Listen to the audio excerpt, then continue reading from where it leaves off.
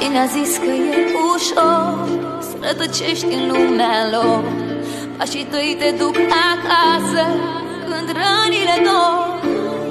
De mulți ani ai plecat, dar nicăieri nu-i mai bine. Te întorci acasă într-o zi, acasă la tine.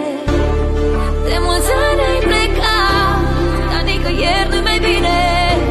Te întorci acasă într-o zi, acasă la tine. Ai plecat peste mări, țări, peste hotare. Ai auzit că acolo cică nu bate prea tare.